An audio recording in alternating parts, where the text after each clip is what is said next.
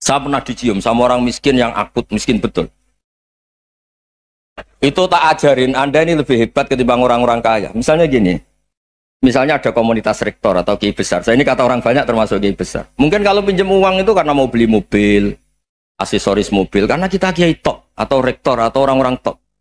Kalau sesama orang miskin itu pinjem-pinjemannya itu urusan beras, itu urusan nyawa. Keren mana? Menyelamatkan nyawa sama aksesoris mobil. Nyawa. Jadi pahala kamu pasti lebih besar itu. Itu senengnya jadi orang miskin terus keterusan sampai sekarang.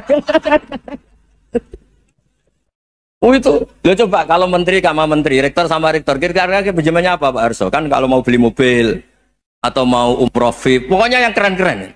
Kalau orang miskin pinjam karena apa? Makan kan? Beras kan?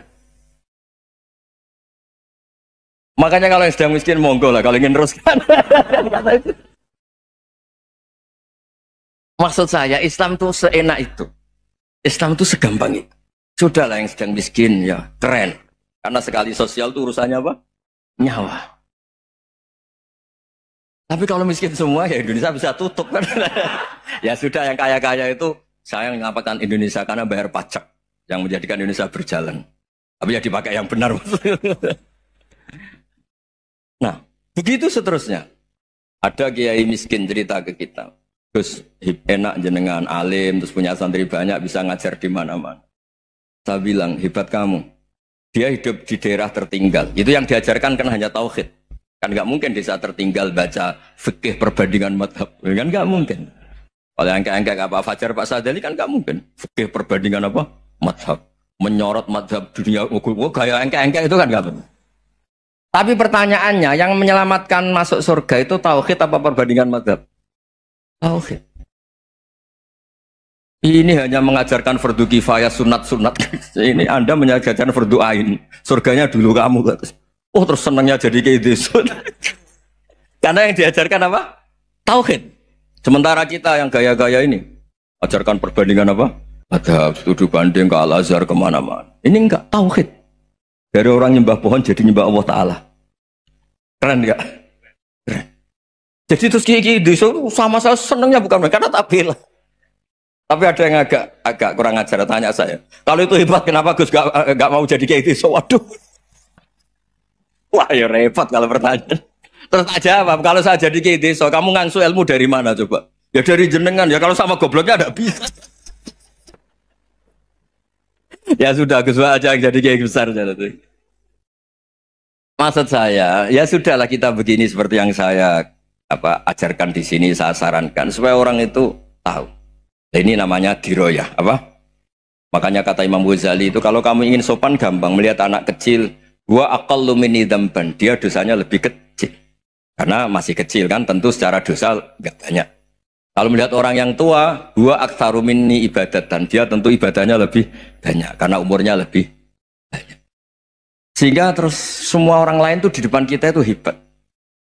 Ya semua orang lain sama, misalnya Pak ini rektor, apa Fathul Wahid rektor, tanggung jawabnya lebih banyak, berarti pahalanya lebih banyak. Tapi sama, ketika melihat Nyon Sewu, melihat pegawainya yang secara lahir di bawahnya, ini tanggung jawabnya nggak banyak, pasti salahnya juga enggak. Itu yang diajarkan Rasulullah SAW, sehingga enak. Tapi kalau kita melihat orang lain selalu salahnya, itu pecundang. Allah saja tidak seperti itu kan, amal baik ya ada khairan, amal buruk ya ada saron, semuanya dilihat oleh Allah Subhanahu wa Ta'ala. Saya itu punya teman Gus, agak beling, agak seenaknya. Dulu miskin. Wah itu seenaknya betul. Kayak kenal Tuhan. Tak tanya, kenapa kamu seenaknya? 1 bulan tuh labanya bisa 200 juta sampai 500, sampai 1 miliar. Saya itu Gus, setelah duha itu perkembangannya bagus. Salah duha itu. Saya pernah miskin, kan kata apa? Ingkana rizki fisama, wa ingkana qalilan, ya kalau fisama fa'anzilhu, terus wa ingkana qalilan fakasirhu, kalau sedikit perbanyak. Ini trennya sudah benar semua. Nah, wa ingkana ya haraman fatahirhu, kalau haram yang kau sucikan. Makanya saya seenaknya, kalau qalilan sudah fakasiru, paling trennya yang enggak benar juga fatahirhu, kata Mas. Dia yakin kalau yang enggak benar-benar sudah disucikan Allah, karena yang lain-lain sudah Dari miskin sudah kaya, kolilan sudah fakasiru, paling yang haroman juga sudah fatohiru gitu. Tak tanya, lah kamu kok tahu? Polanya sudah ada Gus, karena sang kolilan. Kamu sembrono sama Tuhan kok begitu kan? Tapi apapun itu seneng saya. Seneng saya sering salah teh, makanya saya mohon yang sekarang miskin sedang miskin itu ya ndak usah nyesal banget-banget. Kalau ingin kaya monggo lah, namanya orang juga ingin. Tapi Anda harus bangga. Sosial antar kalian adalah urusan nyawa dan itu pahalanya luar biasa. Supaya kita, nah yang kaya-kaya juga boleh GR lah karena pembayar pajak. Dan itu bisa menyelamatkan apa? Indonesia Raya. Begitu seterusnya. Itu yang diajarkan Nabi, antawadhu hatta la yabghiya ahadun ala ahadin. Kamu semua harus tawadhu sehingga antar kalian tidak saling tidak sopan, tidak saling liar, tidak saling mendolimi. Termasuk tadi sikap gak jelas tadi. Orang dolim yang sekarang dolim bisa saja tobat, yang sekarang soleh bisa saja nanti. Semuanya tuh mungkin. Kita diajari ya muqallibal qulub tsabbit qalbi ala dini. Jadi keliru kalau kita dalam banyak harus tegas, gak mesti. Al halalu bayyinun wal haramu bayyinun. Tapi ada wa bainahuma umurun mustabihat. Ada yang wilayahnya itu abu-abu. Misalnya ada perempuan cantik, misalnya contoh paling gampang. Kalau kamu ajari secara serius, kamu bisa saja tergoda jadi fitnah. Tapi kalau orang soleh gak berani ngajarin, kemudian digunakan orang fasik, malah menjadi orang nakal, kita juga tanggung jawab. Kamu mau tegas gimana? Wilayahnya sama-sama mungkin. Wilayahnya sama-sama mungkin. Yang dekat pejabat mungkin terkontaminasi KKN. Tapi kalau pejabat gak dekati orang soleh, punya perilaku yang gak soleh, yang repot juga Indonesia kan? Nah hal-hal seperti itu kita tidak perlu ngambil sikap. Maksudnya nggak usah ngambil sikap, ya kita buktikan kalau milih satu madzhab, kita buktikan semuanya lebih baik, semuanya lebih bermanfaat, semuanya lebih berperadaban. Karena nggak bisa dihindari wa bainahuma. Termasuk nyuwun sewu, saya mohon maaf sama mulai Pak Harso, Pak Lutfi sampai Pak Fathul Wahid. Saya ini termasuk kiai yang nggak suka dekat sama orang-orang top. Bukan karena hasud. Memang konstitusi kiai harus gitu lah, tamud dan ainaika. Kenal orang lebih tinggi itu kan resiko. Misalnya saya kiai desa, mungkin punya keri tua sudah seneng, punya kijang tua sudah seneng. Gara-gara kenal Pak Wahid naik Kempri, waduh kok saya kalah itu. Kenal orang itu kan resiko. Mungkin dosen-dosen sini kalau kenal saya di Rembang juga resiko. Di sini gak ada cium tangan, melihat saya dosen, wah gak enak jadi dosen. Jadi memang harus dibatasin. Sekiranya mungkin orang terus, karena latamud dan nanawa, ainaika ilham. Kamu jangan sering melihat orang lain yang mungkin secara lahir dapat nikmat yang lebih tinggi timbang Anda. Kalau kamu gak bisa ngelola hati Anda bisa hasut, Anda bisa dengki. Paling tidak Anda bisa ada syukur. Saya itu sering didolani pejabat. Juga sering melihat pejabat di TV-TV. Naik mobil aja ada yang naikkan. Bahkan kalau wudhu itu anduk aja ada yang bawa. Itu kalau yang nggak kuat, weh naik jadi pejabat. Ya makanya terus konstitusi kiai itu mengatur, sudahlah. Mata kamu itu kamu batasin. Jangan melihat sesuatu yang potensi ya. Potensi menjadikan Anda tidak apa? Syukur. Jadi saya mohon, ini memang konstitusi saya sebagai kiai. Jadi saya, tapi di hati saya tetap akrab. Saya doakan semua untuk UI, untuk semua orang Indonesia kita doakan. Kita ingin semuanya tambah baik, tambah. Tadi katanya mau naik kelas ya. Kalau naik kelas dari rumah saya niatkan mari mengkaji diroyah. Diroyah itu melogikakan riwayat. Jadi misalnya kita sering dengar Rasulullah SAW sering ngendikan kalian masuk surga itu bukan hanya berdasar amal, tapi berdasar anugerah Allah Subhanahu wa Ta'ala. Oke, kita sepakat amal kita, perilaku kita, ibadah kita andaikan dikompensasi dengan nikmat yang Allah berikan tentu tidak seimbang. Untuk membayar itu saja sudah lunas. Jadi Anda semua tidak berhak masuk apa? Surga. Sehingga di beberapa riwayat dijelaskan ada orang yang 500 tahun ibadah, nggak pernah maksiat. Ditanya sama Allah, kamu masuk surga karena apa? Karena ibadah saya ya Allah. Ya sudah, surga kamu 500 tahun saja karena ibadah kamu 500 tahun. Ini cerita umur-umur orang dulu. Ya Allah, katanya surga engkau ini selamanya. Ya kalau yang selamanya itu rahmatku. Kalau amal kamu terbatas ya surganya sesuai amal kamu ya terbatas. Ya sudah ya Allah, berarti masuk saya surga saya ini karena fadl engkau, karena anugerah engkau. Itu namanya apa? Diroyah. Diroyah itu satu kajian analisis di mana kita percaya riwayat, tapi kemudian punya logika, punya diroyah. Ini penting supaya tauhid kita ini kuat. Jadi dulu ada orang yang sangat cerdas, namanya Jubair bin Mut'im. Dia saking cerdasnya, juga kaya, juga tokoh, dikirim sebagai delegasi pembebasan Asra Badrin, tawanan Badar. Kemudian pas datang ke Masjid Nabawi, Nabi delalah pas baca Wattur wa kitabim mastur. Sampai pada titik Nabi baca am khuliqu min ghairi syai'in am humul khaliqun. Apakah penciptaan yang sedemikian canggih itu dimulai tanpa perwujudan, tanpa sesuatu yang real, yang maujud? Orang itu langsung bersimpuh, matur, ya Rasulullah saya Islam. Kada qalbi yatir, hampir hati saya, otak saya, pikiran saya itu terbang. Karena logika yang dibangun ateisme misalnya, kalau alam raya ini dimulai dari nihilisme, berarti logikanya apa? Al-adamu yakhluqu maujudan. Alam raya ini kan maujud. Maujud itu ada. Kalau yang lebih dulu itu ketiadaan, berarti ketiadaan menjadi sebab kewujudan. Kalau dalam bahasa Arab itu al-adamu yakhluqu maujudan. Sesuatu yang harusnya nggak jadi faktor karena ketiadaan, menjadi faktor sesuatu yang nyata. Itu kan nggak masuk akal.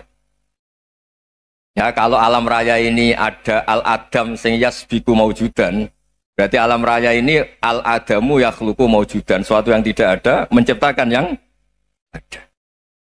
Dengan logika itu terus kita ngaji, diajari sama guru-guru kita, sifat dasar Allah itu maujud. Wallahu maujudun qadimun. Terus masuk. Yang harus distatuskan pertama dari Allah itu apa? Maujud, wujud. Karena dengan wujud ini layak menjadi penyebab adanya alam raya ini. Sehingga ketika kita menolak faham nihilisme atau ateisme, faham tanpa Tuhan, tanpa pencipta awal, kita punya diroyah. Bahwa tidak mungkin ketiadaan ini menjadi sebab perwujudan alam raya ini. Yaitu am khuliqu min ghairi syai'in. Masa alam raya ini diciptakan tanpa sebab yang nyata, yaitu wajibil wujud. Siapa itu? Allah Subhanahu. Begitu juga menyangkut sholawat. Orang boleh beda pendapat tentang redaksi sholawat. Ada yang sholli ala Muhammad, ala Sayyidina Muhammad, Nabi Muhammad. Monggo lah masalah redaksi saja. Tapi setelah dianalisis, Nabi itu Pak Rektor jadi Nabi setelah Nabi Isa saking dihormatinya sampai dituhankan. Juga jadi Nabi yang ada cerita masih hangat, orang Yahudi itu bunuh Nabi. Jadi yang satu mendudukkan Nabi sedemikian tinggi sampai kayak Tuhan, yang satu menjatuhkan Nabi sedemikian rendah sampai dibunuh. Kayak apa susahnya jadi Nabi Muhammad SAW.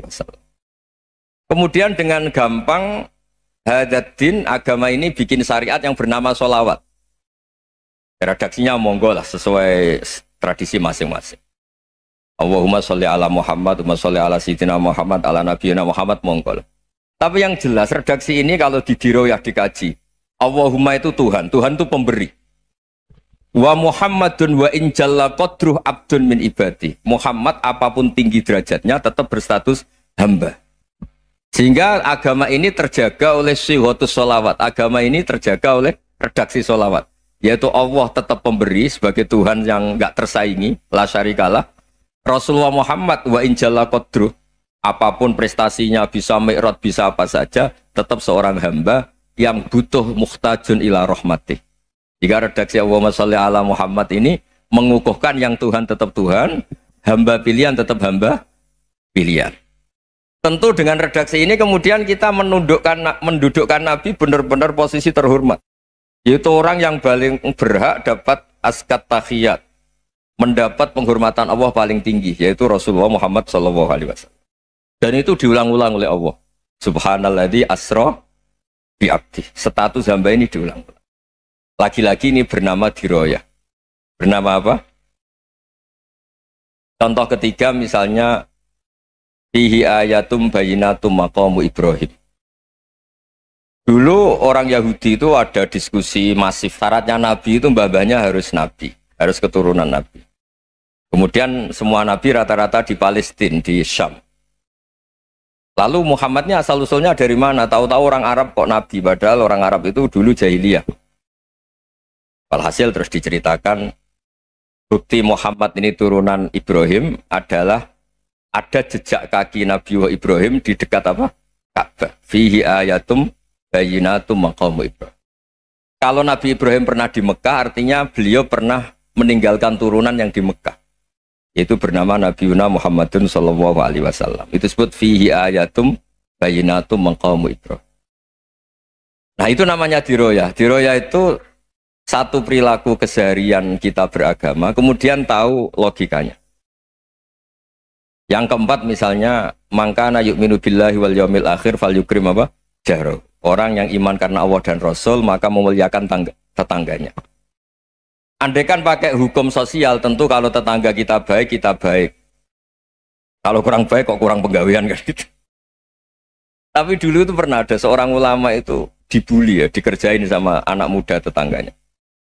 Pak Kiai datang ke rumah saya, orang ini datang. Kemudian setelah di rumahnya, saya tidak jadi butuh sama Pak Kiai, silahkan pulang. Itu Kiainya senyum menikmati. Dan itu terulang 3 kali. Dibully seperti itu, dikerjain terulang 3 kali. Lalu tetap Kiainya tuh asik, seneng sekali. Lama-lama muda ini tanya, kenapa engkau tidak tersinggung? Padahal saya kerjain sampai 3 kali, tak undang, terus tak suruh pulang, tak undang, tak suruh pulang. Kata Kiai tadi, yang memerintahkan baik sama tetangga itu Allah. Jadi saya nikmati ketika bisa baik sama Anda. Tidak ada urusannya dengan perilaku Anda yang menolak saya.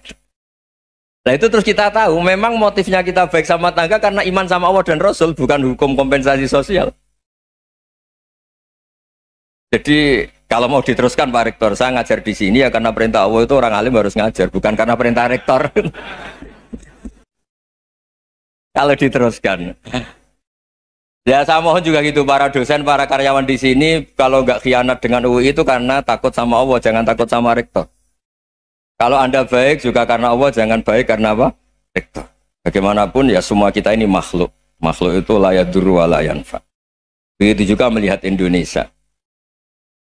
Melihat saya ini kan ikut di UI itu lama sekali, ikut sama Profesor Zeni, dari Profesor Zeni nulis tafsir. Mungkin Pak Harsoyo tahu banyak, dulu Pak Lutfi ya tahu banyak. Tapi saya memang nggak pernah terbuka karena ya memang nggak ingin sebenarnya. Kondisi ini kondisi darurat. Sehingga saya tahu cara berpikir Profesor Zaini, ya tahu komitmen beliau pada UI. Dan pendiri UI memang ya banyak yang dari tokoh NU, Muhammadiyah, dari tokoh-tokoh ormas yang lain memang didirikan banyak orang. Hingga UI memang nggak milik ormas apa tertentu. Dari satu sisi memang baik, nggak dikuasai ormas tertentu, tapi nanti kalau keterusan ya nggak berbentuk. Ya sudahlah dikelola saja, sambil-sambil jelas, sambil-sambil kadang nggak jelas, yang penting ikhlas tadi. Karena kalau terlalu asobia itu jadi repot. Kita ini yang nekuni fikih itu tahu, kalau tidak kuno itu madhabnya Hanafi, kuno itu madhabnya Syafi'i. Tahu-tahu seakan-akan Imam Syafi'i itu NU, Imam Abu Hanifah itu Muhammadiyah. Padahal ini orang-orang yang sebelum NU dan apa? Muhammadiyah. Jadi kalau kita yang nekuni ilmu itu biasa saja dengan perbedaan. Tapi kalau orang-orang yang nggak siap dengan perbedaan itu sampai Allah disifati Ta'ala itu tidak terima. Padahal Ta'ala itu maknanya Maha Luhur, yang Maha Agung. Jadi ada seorang kiai kebetulan pidato pertama Pak Rektor. Assalamualaikum warahmatullahi ta'ala wabarakatuh.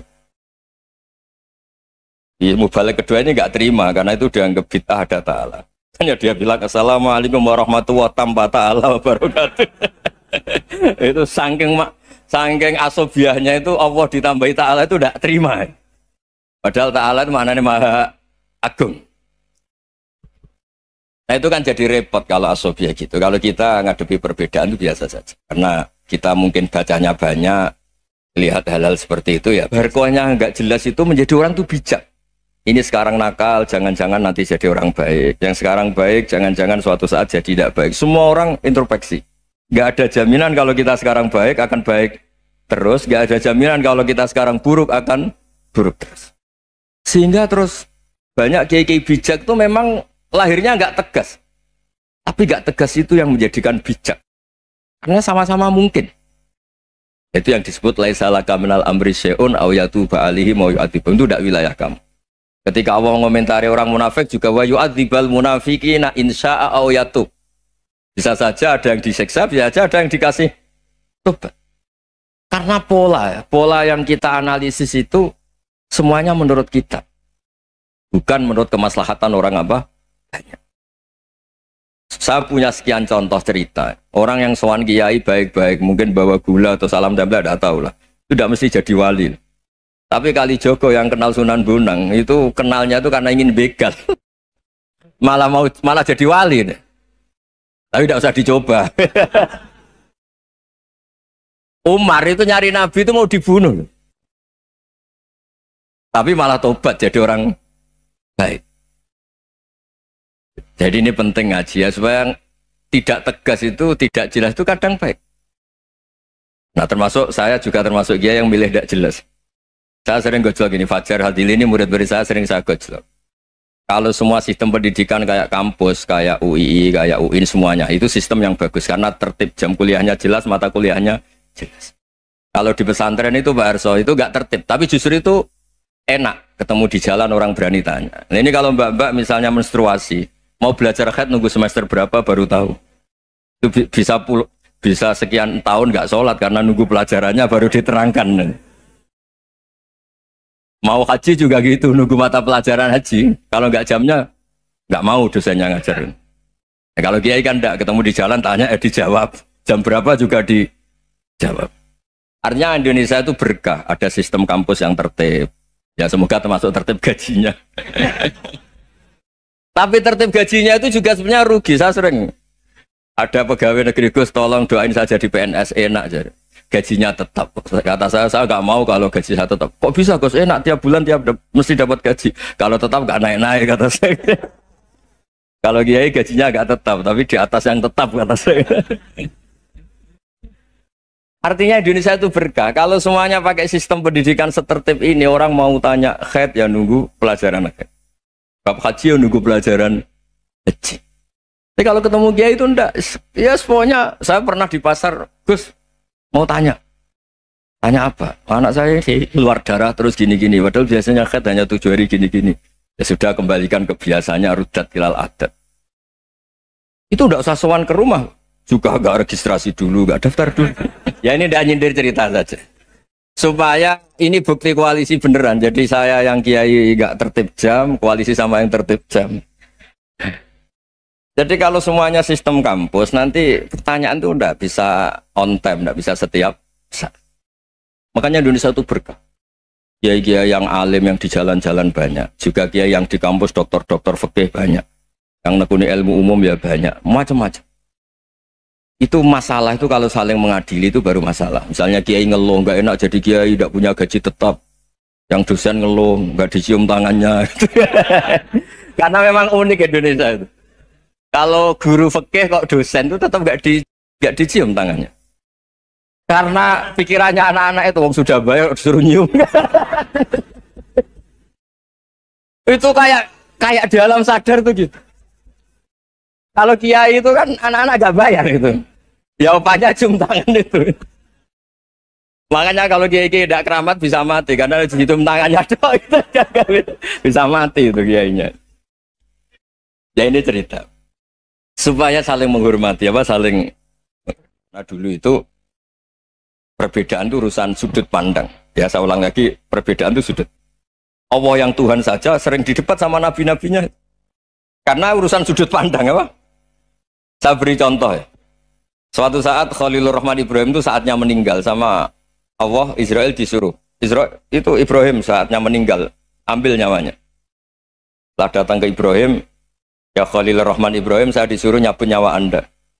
Itu Israel dipaksa mikir sama Ibrahim. Hal ra'aita khalilan yumitu khalilah. Kamu tahu orang yang mencintai kemudian bunuh yang dicintai. Itu logika agak benar. Akhirnya Israel kan nggak biasa debat, kan nggak dilatih debat, nggak pernah ikut lomba UI debat ilmiah. Dia taunya nyambut nyawa aja. Kembali ke Allah. Ya Allah, kata Ibrahim, hal ra'aita khalilan yumitu khalilah. Masa kekasih bunuh yang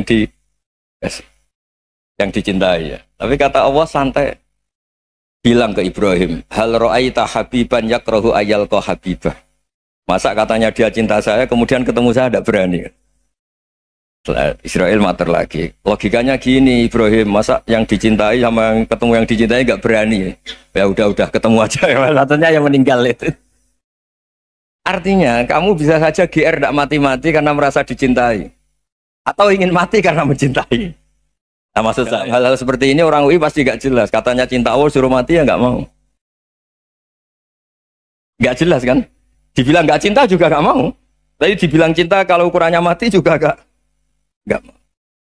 Nah, tapi dalam banyak hal gak jelas itu penting, Pak Rektor. Penting sekali. Buatan guyon. Saya beri contoh sekian ilmiah, gak jelas itu penting. Rasulullah Shallallahu Alaihi Wasallam itu dalam banyak hal itu disuruh Allah, memang disuruh supaya ngambil sikap seperti itu. Karena Allah itu punya otoritas penuh untuk bikin orang itu baik atau tidak baik. Wahsy itu yang membunuh Sayyid Hamzah, orang paling dicintai Nabi, di antara yang dicintai Nabi. Qatalahu Wahsyun, dibunuh oleh Wahsy. Nabi secara basarnya itu nggak suka sama Wahsy. Sampai cara lahir ya ingin corong Jawa ingin masuk nol. Tapi apa kata Allah? Laisa laka minal amri syai'un aw yatuba alaihim aw yu'adziba. Itu tidak wilayah kamu Muhammad. Malah Wahsy dikasih tobat sama Allah. Khalid bin Walid. Itu perang Uhud kalah itu karena ide brilian Khalid bin Walid. Pas itu masih panglima kafir. Yaitu pura-pura kalah, ghanimah dilepas, sahabat turun, pasukannya naik, walhasil orang Islam kalah. Khalid bin Walid akhirnya juga masuk Islam. Orang yang secara basariah Nabi itu gak siap. Kebalikannya juga ada. Sa'labah itu orang sampai gelar hamamatul masjid. Ini pas ngaji mesti ingat. Salah. Dia di masjid terus. Setiap habis salam tuh lari karena istrinya nyuwun sewu masih berpakaian yang tidak pantas. Kenapa engkau terburu-buru pulang? Pakaian yang dipakai istri saya sekarang saya pakai. Ya pakaian sarung itu kayak Pak Rektor kan fleksibel. Ini khusus mau Ramadan. Tidak akan sarungan terus, gak usah khawatir.